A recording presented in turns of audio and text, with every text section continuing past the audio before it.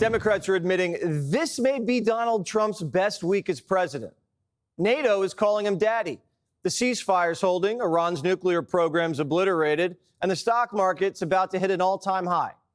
Today at the Pentagon, Pistol Pete spiked the football right in the media's face.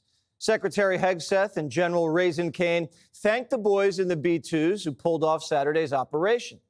A mission 15 years in the making.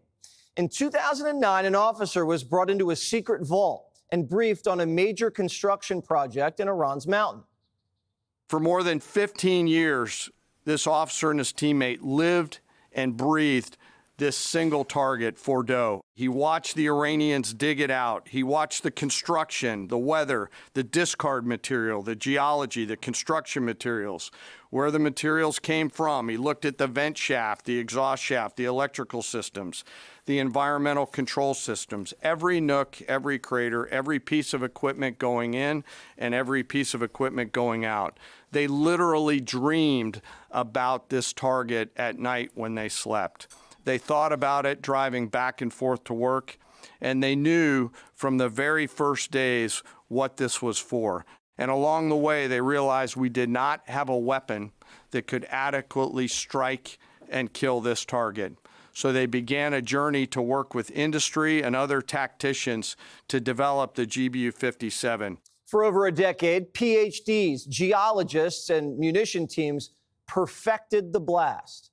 They practiced it on dummy mountains. The bunker buster was born. Then the Air Force got a call Friday. Trump said the mission was a go. The crews that attacked Fordow were from the active duty Air Force and the Missouri Air National Guard. The crews ranked from captain to colonel, and most were graduates of the Air Force Weapons School headquartered at Nellis Air Force Base in Nevada. I will state for the record that there is no beach volleyball or football at the Air Force Weapons School. The target was the size of a washing machine. Miss, and the mission fails.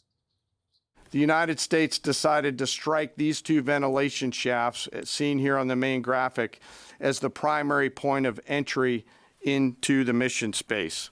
In the days preceding the attack against Fordow, the Iranians attempted to cover the shafts with concrete to try to prevent an attack. The cap was forcibly removed by the first weapon, and the main shaft was uncovered. Weapons 2, 3, 4, 5 were tasked to enter the main shaft, move down into the complex at greater than 1,000 feet per second, and explode in the mission space. The primary kill mechanism in the mission space was a mix of overpressure and blast, ripping through the open tunnels and destroying critical hardware. The Pentagon releasing these videos simulating the bomb blast. We dropped 420,000 pounds of these beasts and then threw in 30,000 pounds of tomahawks just for dessert. That kind of firepower, that cavern lab is incinerated. After 6 bullseyes, we knew the regime would retaliate, and they did, lobbing missiles at our largest base in the region, and our soldiers were ready.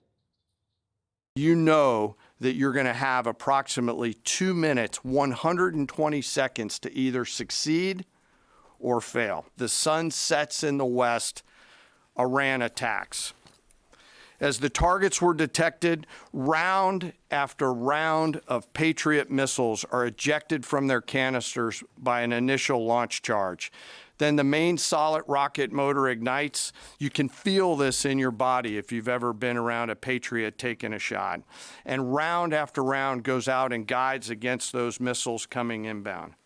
We believe that this is the largest single Patriot engagement in U.S. military history. These awesome humans, along with their Qatari brothers and sisters in arms, stood between a salvo of Iranian missiles and the safety of Al Udeid. They are the unsung heroes of the 21st century United States Army. Patriot battery operators were hooting and hollering that night as they intercepted missile after missile from the mullahs. We're so proud of our men and women in uniform. Such courage and such ingenuity. The mission was perfectly executed. The only question is if Iran moved their uranium. The uranium was removed from the facility before the B-2 struck. So I'm not aware of any intelligence that I've reviewed that says things were not where they were supposed to be, moved or otherwise. The International Atomic Energy Agency and the Israeli Atomic Energy Commission both say the American payloads completely destroyed the enrichment facilities and the centrifuges. Iran's even admitting its nuclear sites are toast. Our nuclear installations have been badly damaged, that's for sure, because it has come under repeated attacks by Israeli and American aggressors. The only ones who say Iran's nuke program survived, besides CNN, is the Ayatollah, who came out of hiding and says he slapped us like Bridget Macron. The Islamic Republic dealt a severe slap to the face of America. Besides Iranian Baghdad Bob, CNN couldn't find a single soul to back up their fake story. Oh, and they tried. You could see that the key nodes of a centrifuge program were hit. So the program is severely damaged. I am confident that Iran has suffered a catastrophic blow to its enrichment program. They did it perfectly. So we should have, as kind of Norm said, an expectation that there was significant damage. The reporter who fronted the piece is a known con artist. They call her Nasty Natasha. In 2020, it was Natasha Bertrand who had 51 intelligence analysts falsely lie to her, but she still put it on paper for some reason, that the Hunter Biden laptop story was Russian disinformation. Also, in 2024, Bertrand pushed the suckers and losers hoax. She also pushed the fine people hoax, which was taking the president's words purposely out of context. And so this is a reporter who has been unfortunately used by people who dislike Donald Trump in this government to push fake and false narratives. She should be ashamed of herself. You know it's really bad when Morning Joe won't touch the bunker buster hoax. We also have to be cautious about being played by people inside the intel community who want to get their message out. That's happened an awful lot. Happened a lot in Iraq. It happened a lot in Afghanistan. So again, that's why waiting to see what happens actually and not drawing too many conclusions makes sense. Jake Tapper says he's just being a journalist and asking questions. Asking questions is literally our job. Demanding facts and answers instead of just taking a president's word for it. Jake just started asking questions when Trump got sworn in. He never asked why Biden's taking the short stairs or why an Alzheimer's doctor is visiting the White House every week. Now, we're not saying you have to believe everything the president says. You don't. But use your head. The Air Force hasn't missed a target since Desert Storm. CNN just spent 48 hours claiming our bombs don't work and Iran's nuke program's intact. Now Tapper's saying, we were just demanding answers. And his next book's going to be called How Trump Destroyed Fordo. Trump says fake news CNN is so disgusting and incompetent, some of the dumbest anchors in the business. Hegseth says they all just have a wicked case of TDS. Because you, and I mean specifically you, the press, specifically you, the press corps, because you cheer against Trump so hard, it's like in your DNA and in your blood to cheer against Trump, because you want him not to be successful so bad, you have to cheer against the efficacy of these strikes.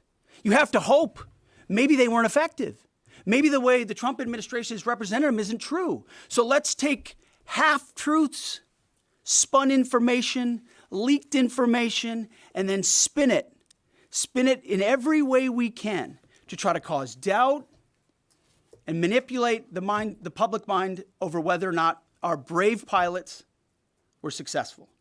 Today, Democrats got briefed on Operation Midnight Hammer.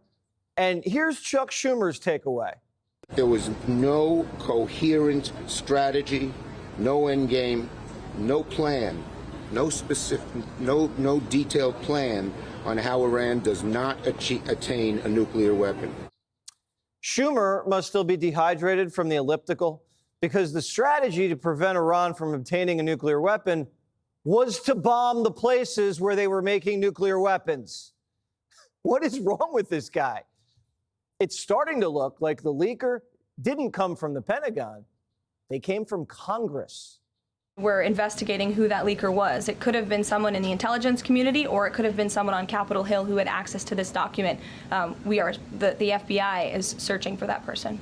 Donald Trump says the Democrats are the ones who leaked the information on the perfect flight to the nuclear sites in Iran. They should be prosecuted. The Justice Department says if they find someone in Congress leaked, they're going to prison.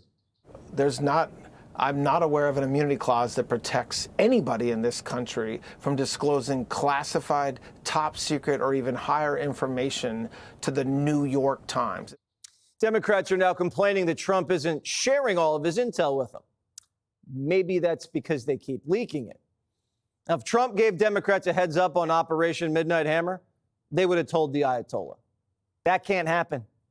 Daddy hates leaks in the House. Click here to subscribe to the Fox News YouTube page to catch our hottest interviews and most compelling analysis.